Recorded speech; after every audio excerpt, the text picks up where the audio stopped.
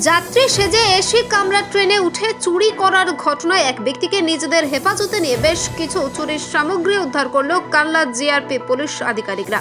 আজ শুক্রবার দুপুরে ওই ব্যক্তি শারবান সাহাকে ফের কাল্লা মহকুমা আদালতে পাঠিয়ে 3 দিনের পুলিশি হেফাজত চাইল কাল্লা জিআরপি।